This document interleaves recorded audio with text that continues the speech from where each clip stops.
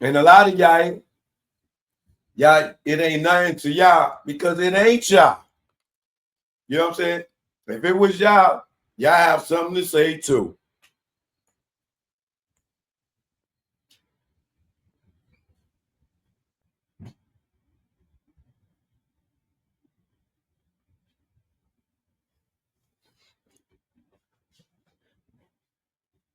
Can you imagine dude going getting 100,000 a show and giving you $500?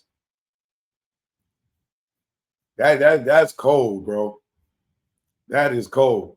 All right, so make sure I'm on the right one.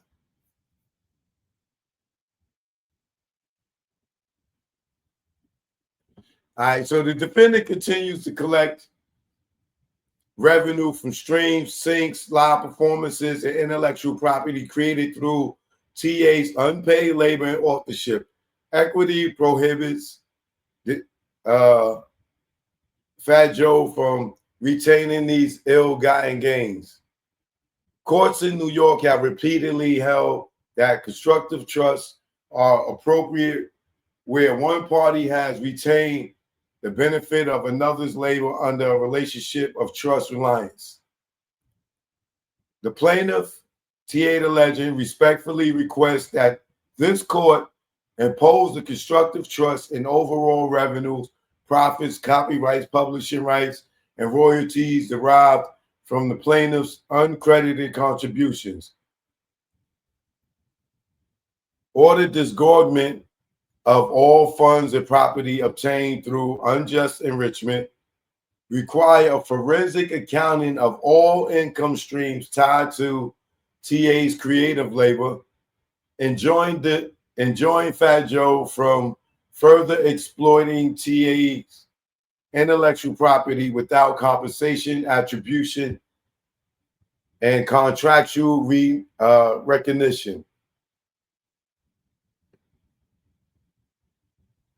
The imposition of a constructive trust is necessary to prevent defendant from continuing to benefit from TA's uncompensated labor and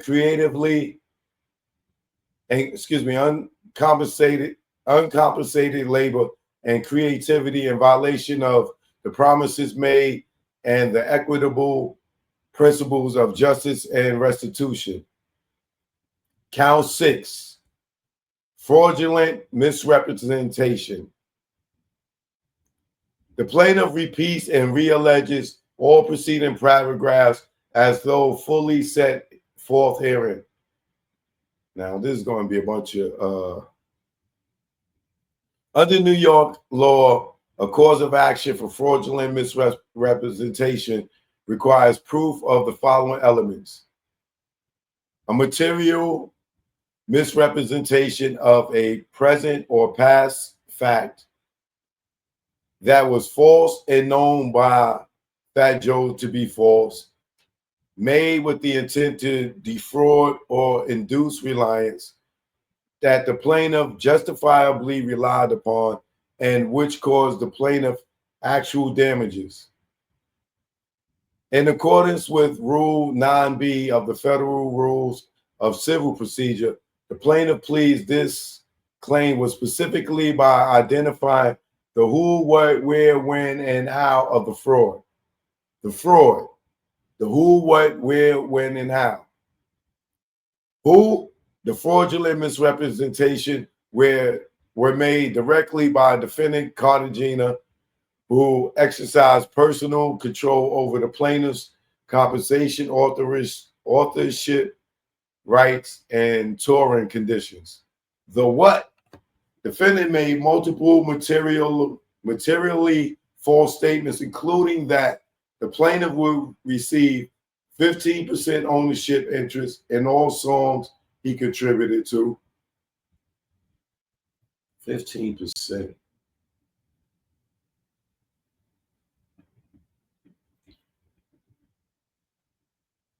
I think 15% is a little low. I think that's supposed to go 50-50, depending if how much writing But when you register a song, like if you got a publishing company and you register a song, it is 50% for the writer, 50% for the composer.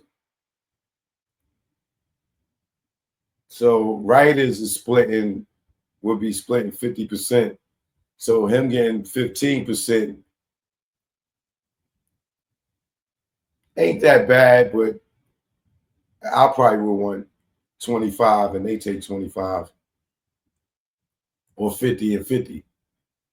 You know, the plaintiff will be paid 15% of the gross earnings generated by those songs.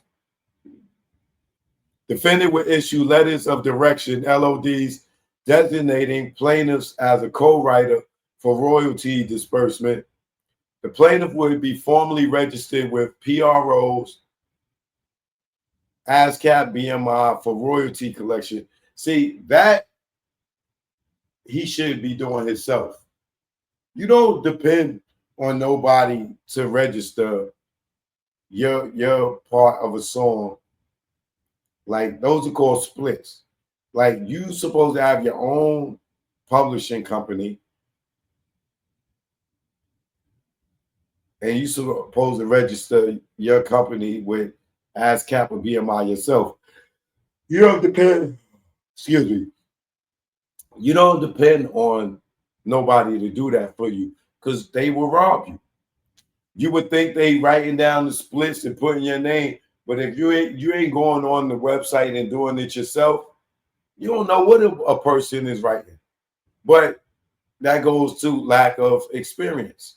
When you coming off the street, or you know what I'm saying, you just happy to be in the studio with guys and helping them and stuff, they're not gonna tell you, yo, go sign up with ASCAP, go sign up with BMI, because they're gonna go and they're gonna, when they register the song, they're gonna put all of the pub under their name. And if you don't know better, that's why they say when you know better, you do better. You know what I'm saying? If you don't know no better, then they're not gonna tell you, bro. It's like when you see artists get a deal and then right off the top, they want to do somebody want to do a publishing deal with them. You know, that was the problem with Big and Puff. Big, he probably didn't realize what publishing was until later. So he did the publishing deal with Diddy for, I think, like, what was it, 40,000, 60,000 or whatever. And then once he realized what he signed over and he going platinum and shit, this is why he lying to Diddy, telling nigga, oh, Lil Kim wrote her own shit. But he putting it under their name, so he could have had his own, another publishing company, you know what I'm saying, and probably was getting his money now that he got hip to the game. But he got so hip to the game, he knew to lie to Diddy and tell Diddy that Lil Kim and them was writing their own shit. It's a Gene Squirrel went and ratted on him, and then 3 days later, he turned up dead.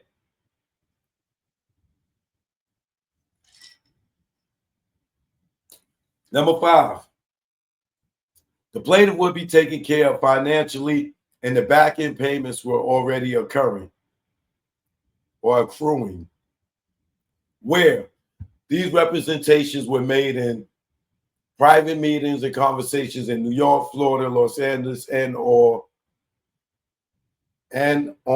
international tours. While traveling on tour buses, during hotel stays, and in backstage areas at major concert venues, and recorded sessions and pre-performances preparations across several states and countries.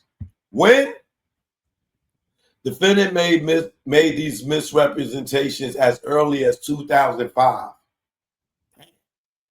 I was just getting the BET at that point, producing Rap City.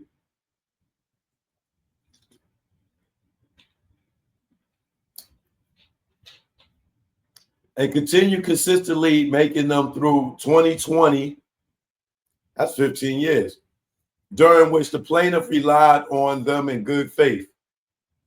The plaintiff did not discover the fraud until 2024, when the former manager of the defendant disclosed the true budget allocations and the defendant's refusal to register the plaintiff's rights. How?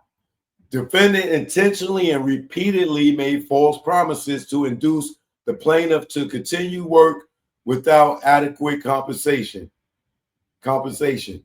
Defendant failing to issue promised LODs and co-authorship documents, denying access to financial and publishing records, blocking the plaintiff from PRO registration and royalty systems, retaining 100% of the royalties and public credit tied to the plaintiff's work.